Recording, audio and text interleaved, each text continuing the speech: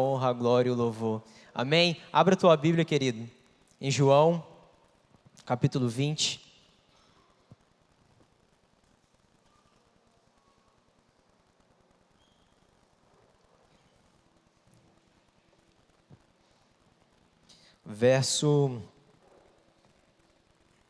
Vamos ler do 11 ao 18.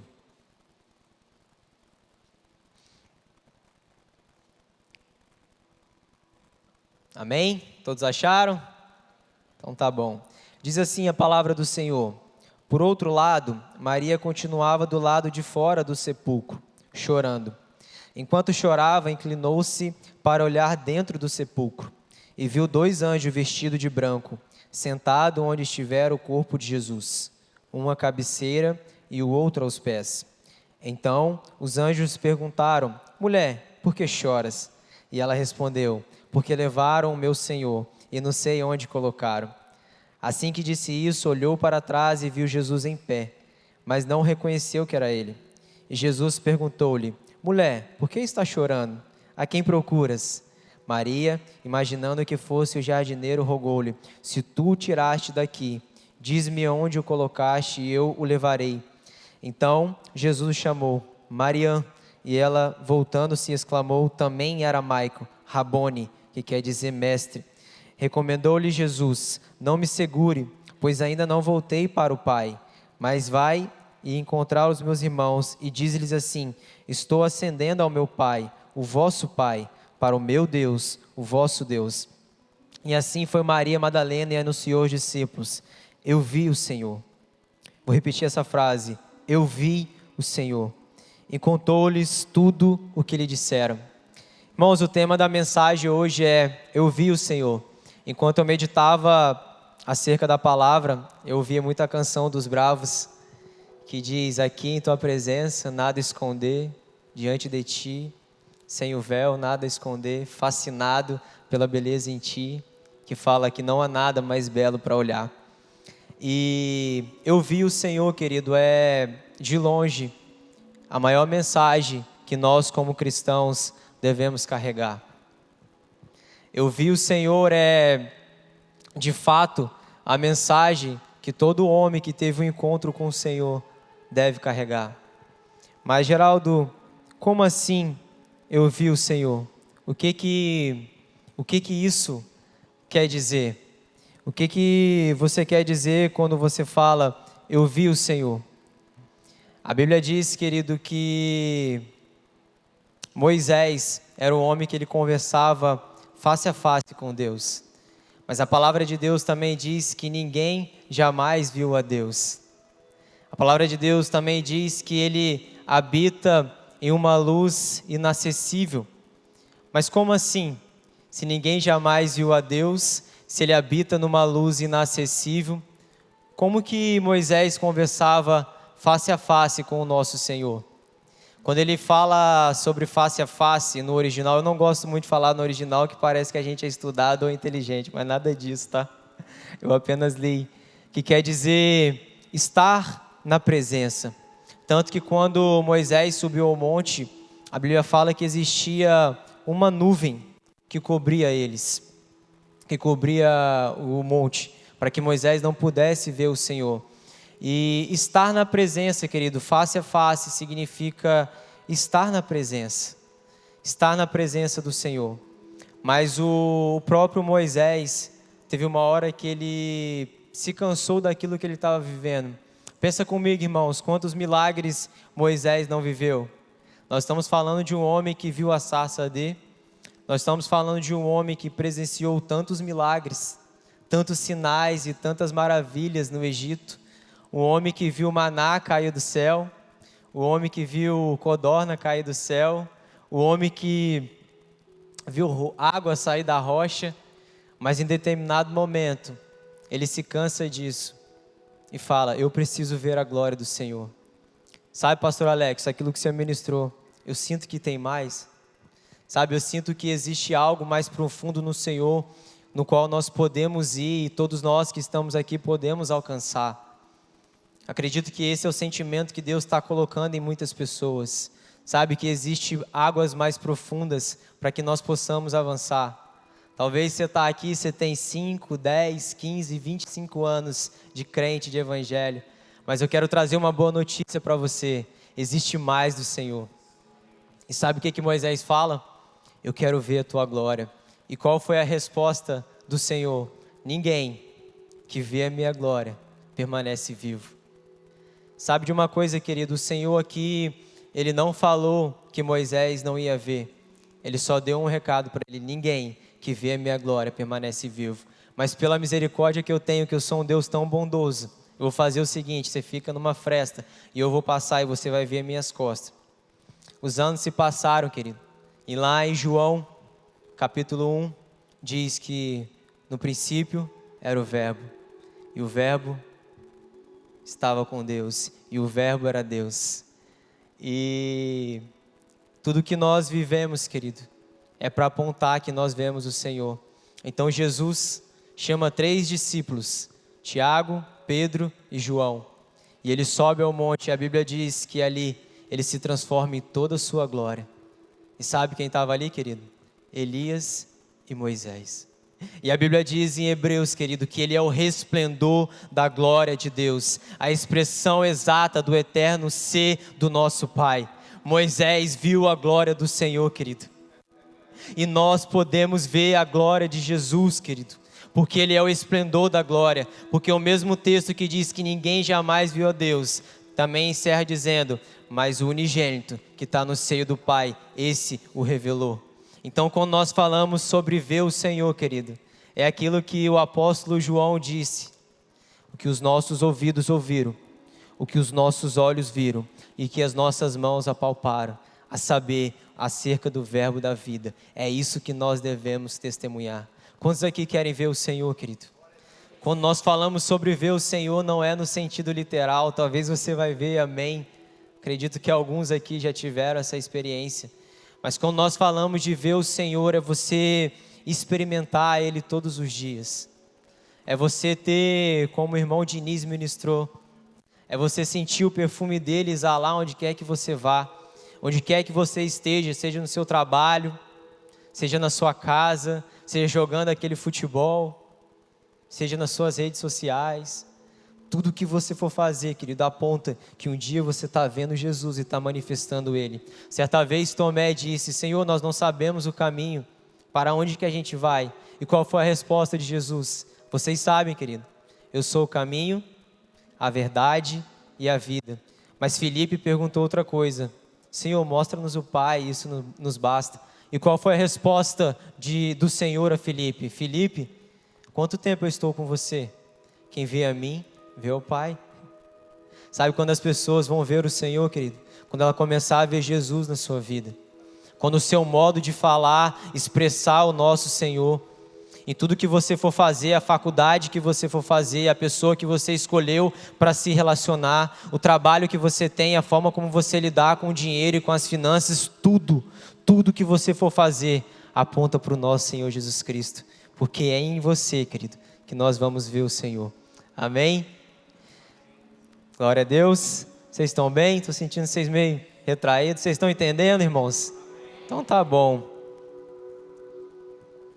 Quero contar um pouco da minha vida, não muito, né?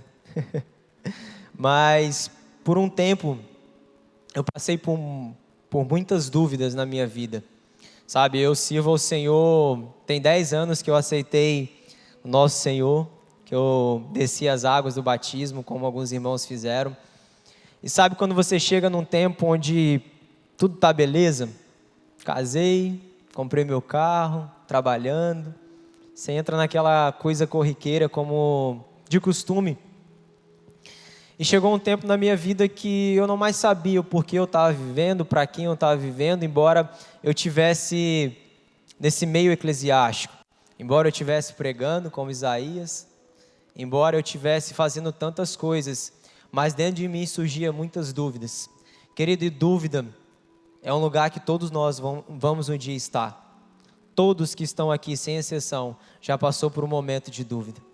Se você nunca duvidou de nada, querido, eu vou pedir para que você não levante a mão, senão o Senhor vai arrebatar você, que você é santo demais. E eu também não quero, pelo amor de Deus, não quero banalizar a dúvida. Porque existe um lugar que ela se torna incredulidade, aí já é pecado. E a incredulidade é tão pecado, querido, quanto o adultério. A incredulidade é tão pecado quanto sonegar impostos. A incredulidade é tão pecado quanto contar uma mentira.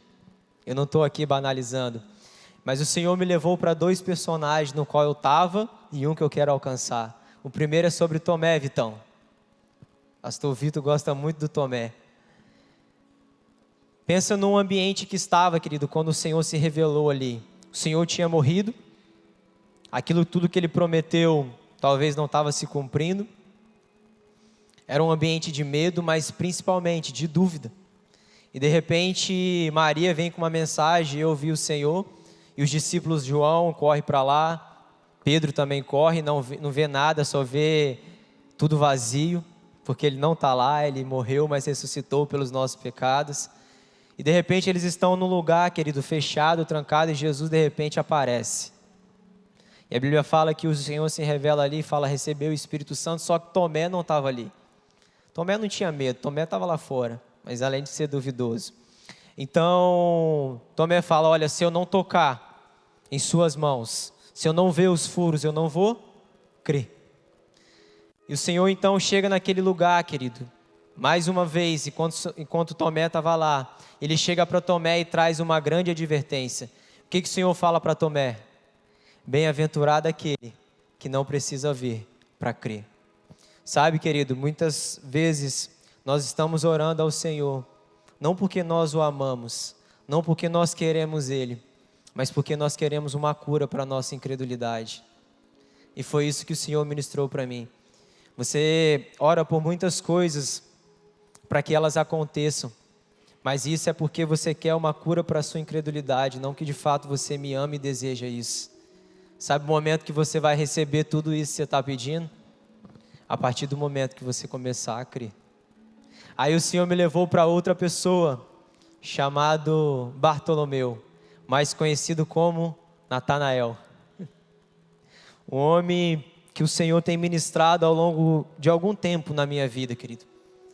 E ele chega, Filipe chega para ele e fala, pode vir alguma coisa boa de Nazaré? Na verdade, Filipe chega e fala, eu conheci o Mestre, eu conheci o Messias, né? Perdão, irmãos. E qual foi... Ele fala, olha, é Jesus, é o Nazareno. E qual foi a pergunta de Natanael? Pode vir alguma coisa boa de Nazaré? Pode vir alguma coisa boa do Adalberto? Pode vir alguma coisa boa do Kubitschek? Não ri não que eu sou de lá, tá, gente? Pode vir alguma coisa boa do Ipiranga? E qual foi a resposta de Filipe a Natanael? Vem e vê. Então ele chega, e ali para mim, querido, é um dos momentos mais fascinantes da Bíblia. Tem muitos, eu sei que quase todos eu falo que são momentos fascinantes. Mas o Senhor vê Natanael chegando de longe, e ele fala, eis aí, um israelita, em quem não há dolo, em quem não há engano, em quem não há falsidade. Natanael olha para ele, como assim? Da onde você me conhece? E qual foi a resposta do Senhor, querido? Isso mexe muito comigo.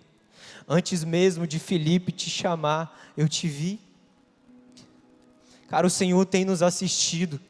A Bíblia diz que os olhos do Senhor estão sobre toda a terra, procurando um coração cujo seja totalmente dele. Salmo 139, um salmo que eu tenho meditado muito. Para onde eu fugirei do teu espírito? Se eu subo no mais alto monte, lá você vai estar. Se eu desço no mais profundo abismo, lá você vai estar também. E ele começa a discorrer o versículo. E no final ele diz, os teus olhos me viram, enquanto eu ainda era uma substância informe, no ventre da minha mãe. É a mega power ultrassom. Irmãos, como eu queria ver o meu bebê agora.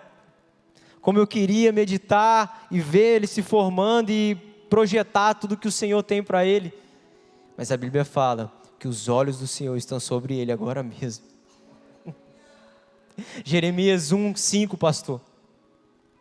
Antes mesmo de você nascer, eu te separei, eu te conheci. Ninguém conhece ninguém, querido, se os olhos dessa pessoa não estiver sobre ela. Ninguém conhece ninguém se a atenção não estiver voltada para essa pessoa. Eu te separei, eu te consagrei e te constituí e te designei profeta para as nações. Mateus 6,6 diz o que, querido? Vou pegar um pouco pesado com vocês, não. Quando você entrar para o teu quarto, você faz o quê? Você fecha a tua porta. E você vai ver o Senhor todos os dias? Não. E o teu Pai que te vê todos os dias, Ele vai te recompensar. 5 horas da manhã Ele está lá me vendo. 5:30 da manhã Ele está lá me vendo. 6:30, 7 horas, não sei o horário que você busca o Senhor, mas Ele está te assistindo, querido. Ele está olhando e fala, para esse menino realmente quer alguma coisa. Ele realmente quer um pouco daquilo que eu tenho para ele. Porque a palavra de Deus, buscar-me-eis e me achareis, quando me buscardes de todo o vosso coração. E serei achado de vós, diz o Senhor. Se achega a mim e vou chegar a vos outro, diz Tiago. Irmão, o Senhor está vendo você todos os dias buscando Ele. Se é que você busca Ele todos os dias. Porque os olhos do Senhor estão sobre você, querido. Sobre os bons e sobre os maus, diz a palavra do Senhor. O Senhor está vendo tanto que você faz de bom, tanto que você faz de ruim. E eu tenho uma boa notícia para você. Sabe o que isso acontece com o amor dele por você? Nada. Ele permanece o mesmo. Mas isso, querido, requer uma mudança. A Bíblia diz que nada, absolutamente nada, está oculto aos olhos do Senhor.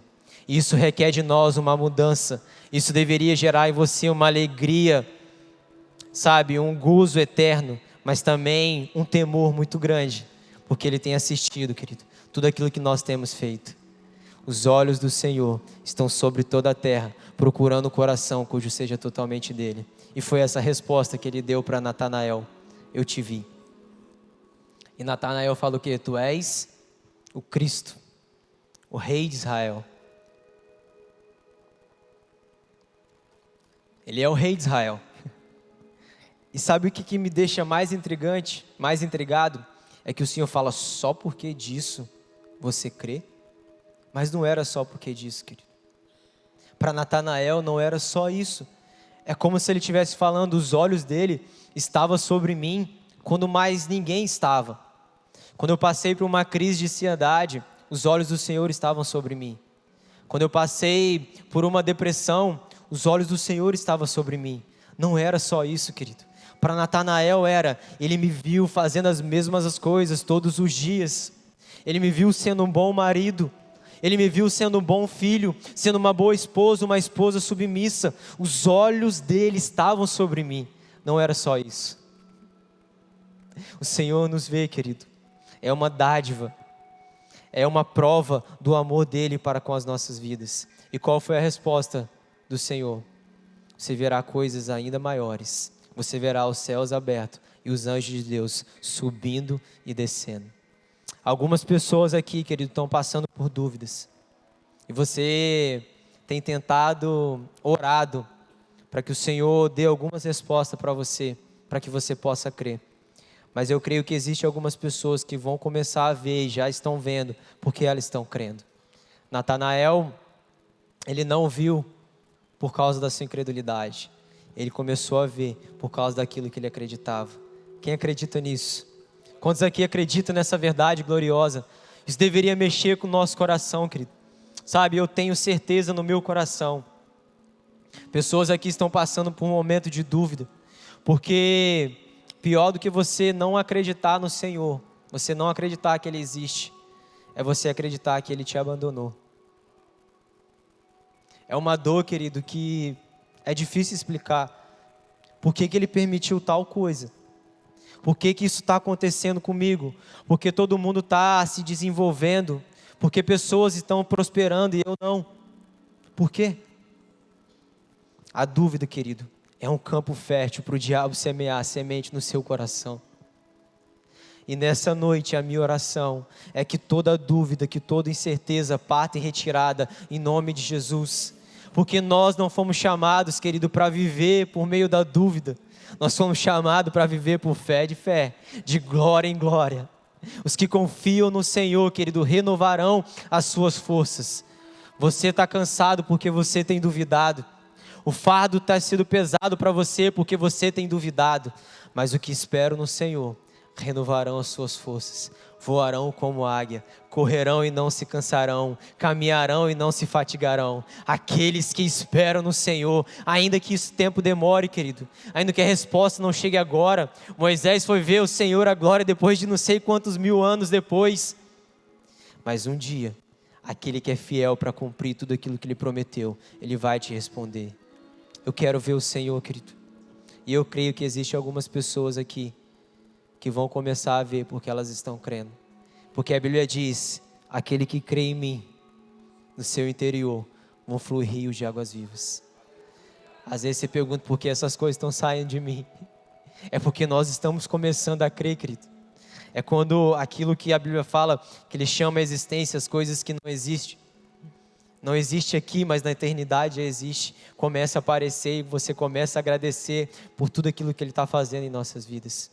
Quem lembra aqui de um homem chamado Zacarias? Irmãos. Lucas 1. É de longe um dos capítulos que eu mais gosto e mais leio. E enquanto eu meditava nesses dias acerca do que trazer para vocês, né, da mensagem que eu queria compartilhar com vocês, e o Senhor me levou para Zacarias. É inevitável, inegável, é indubitável que ele duvidou, sim ou não? Tanto que o anjo fala, porque você não acreditou, você vai ficar mudo, você vai ficar calado, você não vai falar nada. Só que eu andei meditando nisso e sabe o que mais me impressiona em Zacarias? É que mesmo não tendo recebido a resposta do Senhor, que mesmo aquilo que ele tanto pedia, porque ele pedia para que a sua mulher engravidasse, um dia ele acreditou, querido, porque Tiago diz que nós não recebemos nada se nós pedimos com dúvida. Um dia ele acreditou, essa oração chegou ao trono, mas ele começou a duvidar por conta da demora. Mas sabe o que me impressiona? É que esse homem não se entregou ao pecado. Ele não se entregou à libertinagem. Ele não contou uma mentirinha para poder ter aquilo que ele tanto queria. Ele não negou os princípios do Senhor, porque a palavra de Deus diz que tanto ele quanto Isabel andavam em justiça diante dos olhos do Senhor. Ele não se entregou ao pecado, querido. Jovens, vocês têm abandonado o Senhor, se entregado aos prazeres desse mundo, para as coisas que esse mundo tem, como Paulo fala, Demas me abandonou amando o presente século, porque vocês não sabem e não querem esperar no Senhor. O que mais me impressiona em Zacarias, querido, que mesmo na dúvida, ele permaneceu no mesmo lugar. Cuidando das poucas ovelhas do pai, Davi permaneceu, ainda que era rei de Israel, ainda que a promessa tinha demorado a chegar. Quanto de nós, querido, estamos, como diz Pedro, a porca lavada voltou para a lama e o cachorro que volta para o próprio vômito.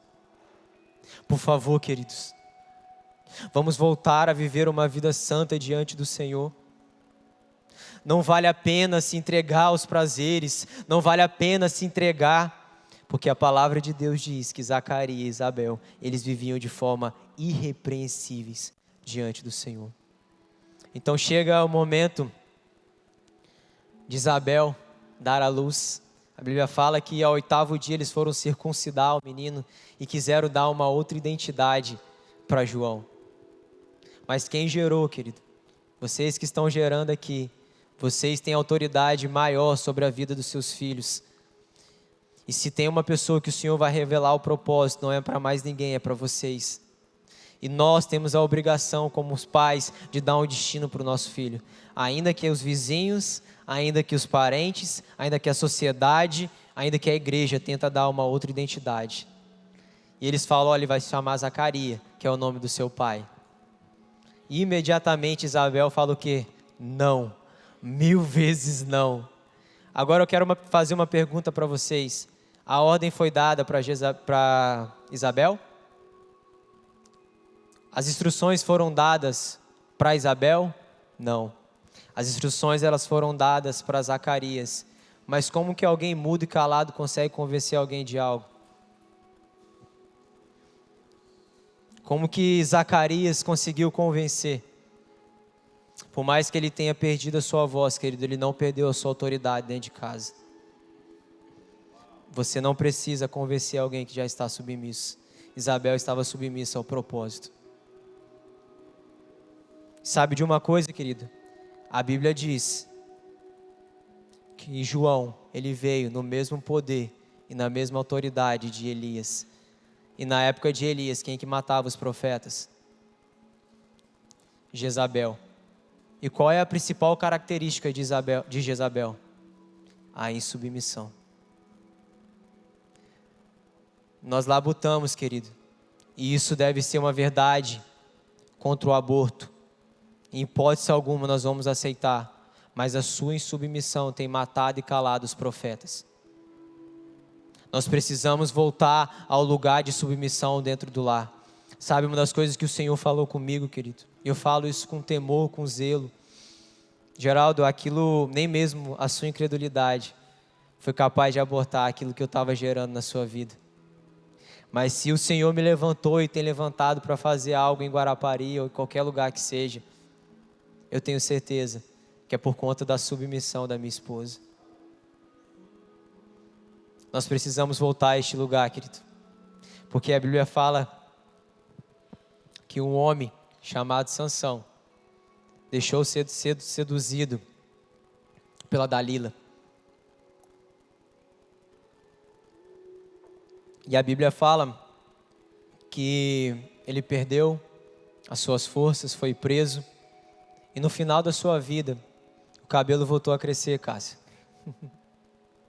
E qual foi a oração dele ao Senhor? Senhor, por favor, me devolve a força, porque eu quero me vingar daqueles que furaram os meus olhos. Sabe por que o Senhor respondeu, querido? Porque o Senhor nessa noite está destruindo tudo aquilo que impede a sua visão. Tudo aquilo que impede você de contemplar Ele. Tudo aquilo que impede você de olhar para as coisas desse mundo e começar a ver Ele. E a Bíblia diz que no ímpeto da sua força, Ele matou mais gente na sua morte durante o tempo que Ele estava em vida. O Senhor tem uma grande obra para fazer na sua vida, querido. O Senhor tem grandes coisas para fazer, mas você precisa imediatamente ver o Senhor. Que Jezabel seja destruída, querido. Que todo espírito de intimidação, de medo, de tudo aquilo que tenta matar e calar os nossos profetas, parta em retirada em nome de Jesus. A doutrina de Jezabel não tem vez no nosso lugar. Eu falei isso uma vez, querido, e repito, essa casa não é uma casa que mata profetas, mas é uma casa de Obadias, que sustenta os profetas do Senhor com água e pão. Eu creio nisso, querido, eu vivo por isso. O Senhor tem levantado os seus profetas, e profeta tem visão, querido. O profeta vê o Senhor. Os profetas, eles são amigos do Senhor. A Bíblia fala, querido, que Ele não faz nada na terra, nada, sem avisar os seus profetas. Ele vai fazer algo na nação? Vai. Para quem que Ele vai avisar primeiro? Para os seus amigos, para os seus profetas. E quem que era Moisés? Era o amigo de Deus. A minha oração nessa noite, querido, é que você se encontre neste lugar, onde Ele é o seu amigo. Estou encerrando, prometo, querido. Já tomei muito do tempo de vocês. Por que ver o Senhor?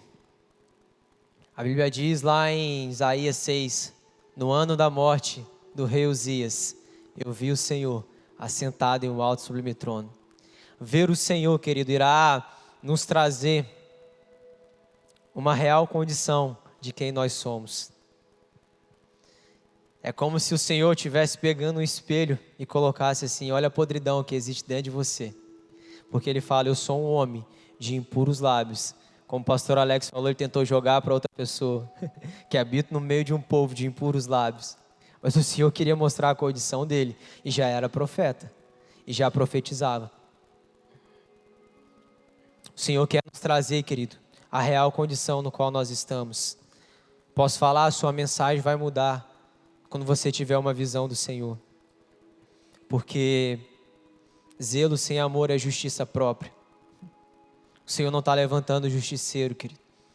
O Senhor está levantando pessoas que vão pregar em amor, ainda que seja verdade. O Senhor não quer mudar a mensagem. A mensagem que Billy Graham pregava é a mesma que nós estamos pregando. A mensagem que John Wesley pregava é a mesma que nós estamos pregando. O Senhor quer mudar o coração do profeta. O Senhor quer mudar o coração daqueles que levam a mensagem dele. O Senhor está mudando o seu coração, querido.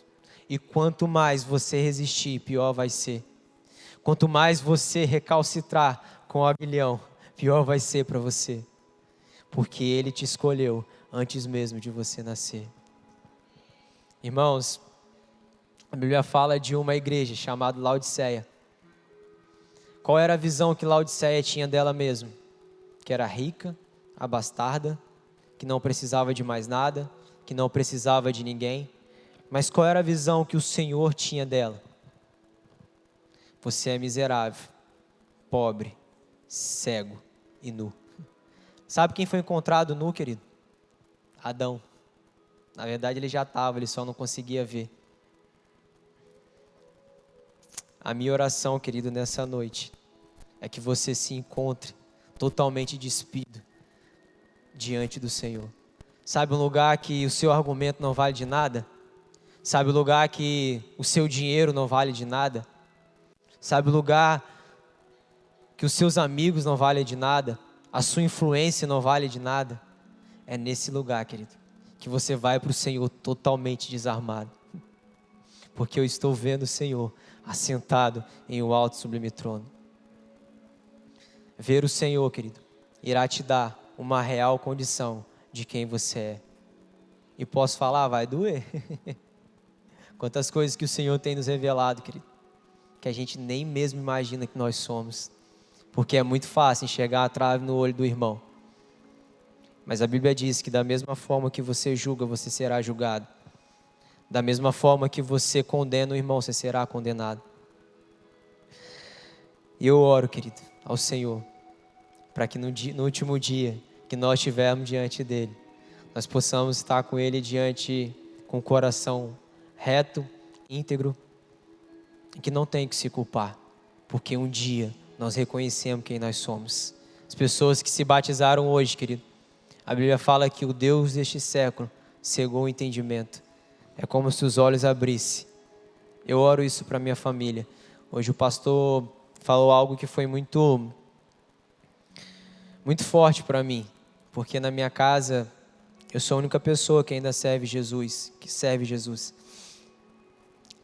E eu fiquei imaginando se eu olhasse para o lado e não tivesse as pessoas que eu amo. E eu sempre oro para o Senhor.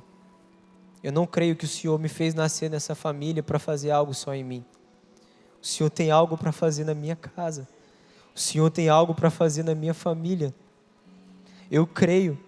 Eu e minha casa serviremos ao Senhor. Se algum dia eles não quiserem, querido, não foi porque eu deixei de manifestar o Senhor para ele. Se algum dia eles não estiverem lá, no último dia eles não estiverem lá, não vai ser por negligência minha. Não vai ser porque eu não vivi o Evangelho. Não vai ser porque eu não manifestei Jesus, mas por livre e espontânea vontade deles. A minha oração é que você possa ver o Senhor e ter a real condição de quem você é. A outra coisa, querido, é que ver o Senhor irá nos conduzir ao propósito novamente. Quem lembra aqui dos discípulos no caminho de Emaús? A Bíblia fala que eles estavam ali perdidos, desesperados, e de repente o Senhor para do lado deles. Eu não consigo imaginar a cena. O Senhor do lado deles, começando a falar desde Moisés. Moisés está bem presente na pregação hoje. E começou a discorrer todas as coisas, todas as coisas. E a Bíblia fala que quando Jesus partiu o pão, os olhos deles se abriram e eles voltaram ao propósito. Sabe por que existem pessoas muito desviadas? Sabe por que as pessoas estão abandonando o Senhor? Porque um dia elas pararam de ver o Senhor Jesus. Os olhos delas começaram a contemplar outras coisas. A fascinação por esse mundo começou a ser maior do que a fascinação de ver Jesus. Foi por isso que o apóstolo Paulo, querido, depois de ter vivido tantas coisas, ele fala: eu esqueço das coisas que para trás ficam. Todo o título, toda a reputação. Lá em 1 Coríntios 11, ele fala que ele viveu naufrágio, fome, nudez. Ele fala: eu não julgo ainda ter alcançado. Gente, é o apóstolo Paulo falando, não é o Geraldo, comedor de feijão com arroz. É o apóstolo Paulo falando: eu não julgo ainda ter alcançado. Esquecendo das coisas que para trás ficam, eu prossigo para o alvo, para o prêmio da soberana vocação em Cristo Jesus. Mas por quê? Teve um dia que no caminho de Damasco, esse homem viu o Senhor. E sabe o que é interessante? A Bíblia fala que ele ficou cego. Paulo aqui estava ficando cego para o mundo, mas tendo uma visão de reino. Você precisa ficar cego para esse mundo, querido, para começar a ver aquilo que o Senhor tem para a sua vida. As suas decisões têm que ser pautadas não nas coisas desse mundo, não aquilo que o mundo oferece, mas aquilo que o Senhor propõe. Como eu falei mais cedo, a faculdade que você vai fazer, a pessoa que você vai escolher se relacionar, as melhores decisões, querido, vão gerar as melhores emoções, mas nem sempre as melhores emoções vão gerar as melhores decisões. Você precisa olhar para o Senhor, e isso vai fazer você voltar ao propósito. Pessoas aqui que se desviaram, pessoas que precisam voltar para o nosso Senhor Jesus. Tudo que você precisa ver é Ele, porque quando você vê, você volta para Jerusalém. E a terceira coisa, querido, talvez você já teve uma visão de quem você é, talvez você não se desviou, talvez você está muito bem aqui. Vou beber mais um pouquinho de água aqui.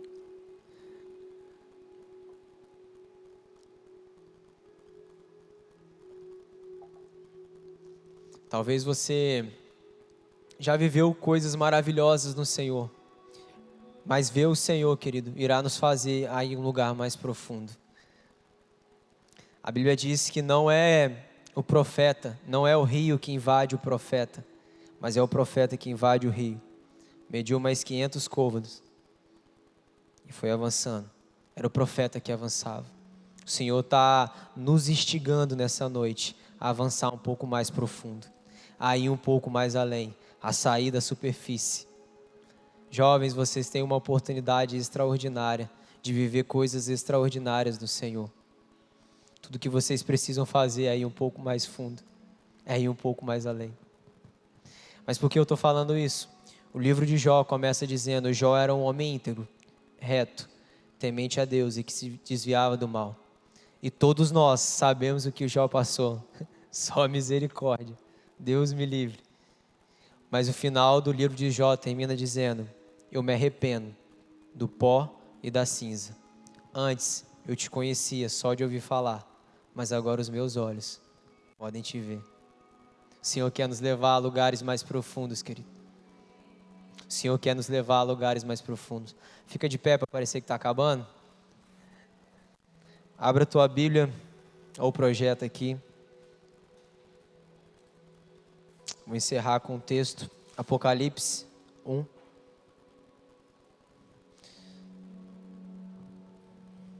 Fui rápido, né, gente?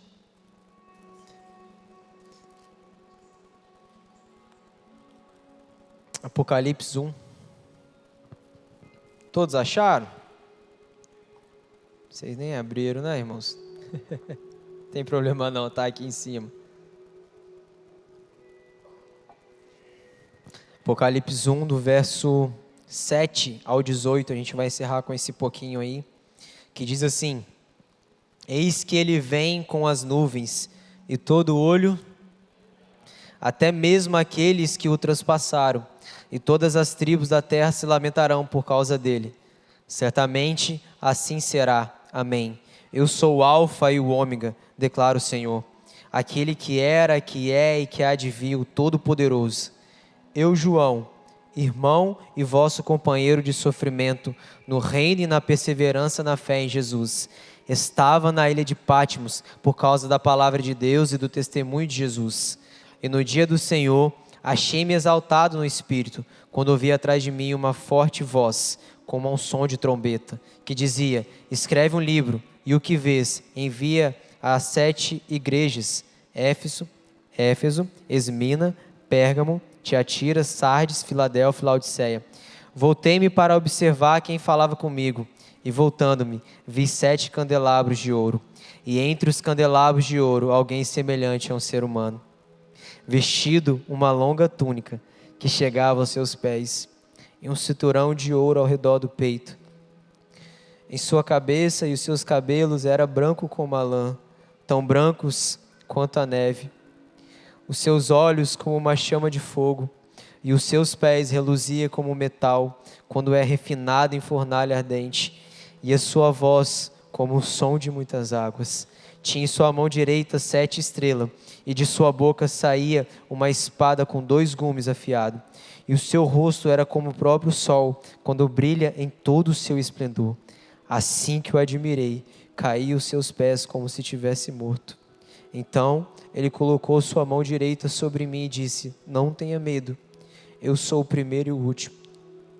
Eu sou o que vive.